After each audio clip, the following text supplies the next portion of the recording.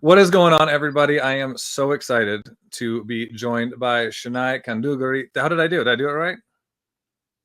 Kadungure. Kadungure. I'm going to practice this because I'll be introducing you at the event. So this is going to be on my list of practice, I promise. I'm gonna do you justice when we're there. But very excited to have you either way. You were actually on Rob Cameron-Poor, who is partnering with us to put on this event. You're on his podcast. And it was a great episode. And we're very excited to have you, not just as part of the team for the summit, but also as one of the speakers. So very happy to have you. Thank you. Likewise. I'm happy to be had. Perfect. It's a good mixture. I like it. So let's introduce yourself a little bit. So tell everybody a little bit about yourself and your background and what makes you an expert in leadership. All right. My name is Chenai Kadungure. I'm originally Zimbabwean, and I have lived in 4 countries and 6 different cities. And so I've had so many different experiences of leadership across the board. I am a global leader, and I've been recognized as such. And I think I have something to give as far as advice because I've been through so many different experiences. But also I think leadership is something we still don't care enough about. And that's why I always want to highlight the importance of leadership in what I'm doing. I love it. That different experiences and the vast amount of experiences that you've had, especially when it comes to leadership and leading from different perspectives. How is that going to help those young professional leaders at the event?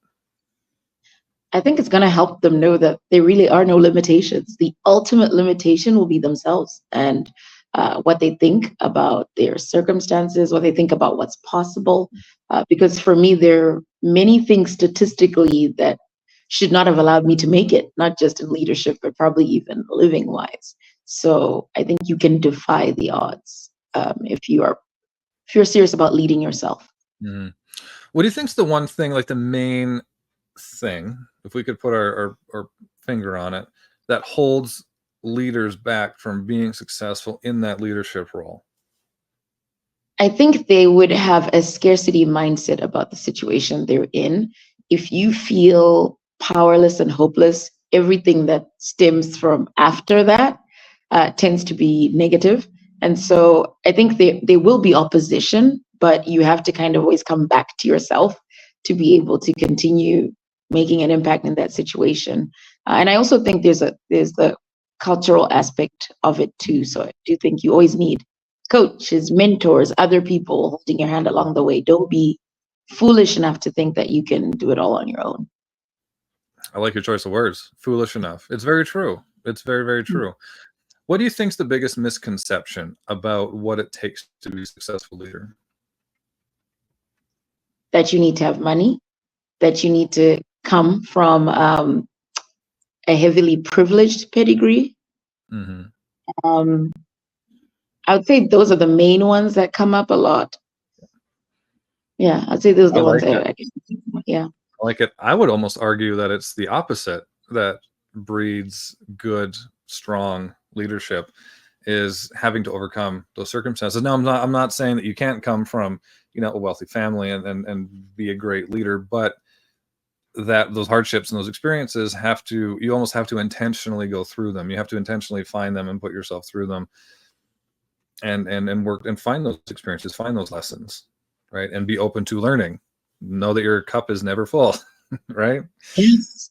Teachability is huge. I think, you have to come from it with a bit of a humble positioning as well. So I think that's a huge one. I forgot to say ego, right? Because that can always hold back any leader at any level. Yeah. One of the big indicators of a strong leader is they know what they don't know. They know that they don't know. Mm-hmm. They're not afraid to admit it, and they're not afraid to do what they need to do to find the right answer. I love it.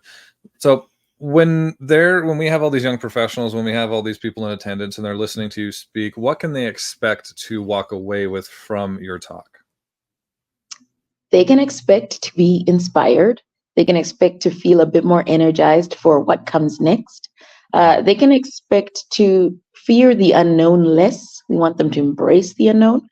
And hopefully they can expect to claim they will change the world and actually commit to it. Because I do think a lot of times when you're young, you just think that your inexperience means you've got nothing to give. And I think you have to start from that point that you actually do have something to give. That's great advice. That's really good advice. What do you think will be the difference between those that walk away from this event successful and those that don't? I think keeping in everything that they learn. I think they always say the minute you leave a lecture or anything like that, you only retain about 20%. So you have to be intentional about staying connected to the 80%. And things like that at the event will probably be something that's really helpful. So I do think they need to just take that opportunity by the horns, honestly.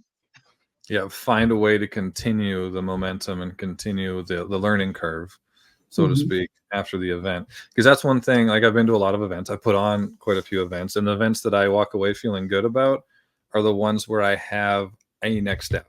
I have something that I can go and A, I can put into action right away.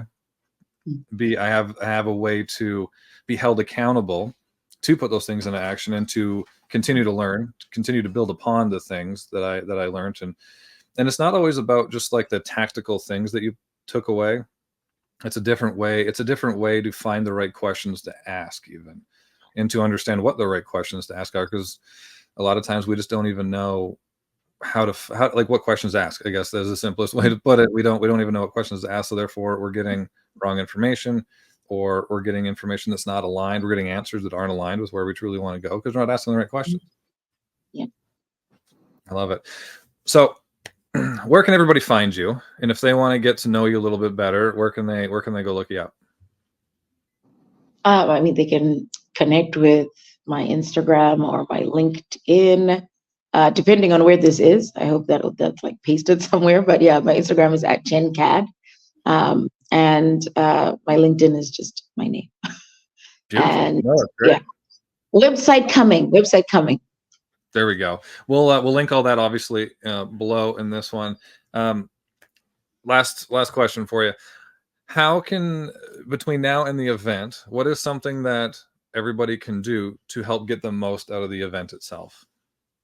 I think they need to know where they want to work now. They need to know some general idea of like what sector they're looking at, the things they're curious about, because by the time they come there, they're going to be able to sharpen their answer on what is the right way to go. I used to think that I was going to be a lawyer because I was like, I'm good at debating and I can communicate, so I should be a lawyer, until I found out that, oh, if I'm in law school, I'm going to be reading the equivalent of like 10 books each week. Right now, I struggle to even read one because of my ADHD. So I think sometimes reality checks are literal checks, like check what you can and can't do from what is required. And to find out what strengths you do have and then learn to leverage those to be equally successful in something else, an adjacent career, or start a business. Absolutely. You can hire some lawyer. There you go. I love it.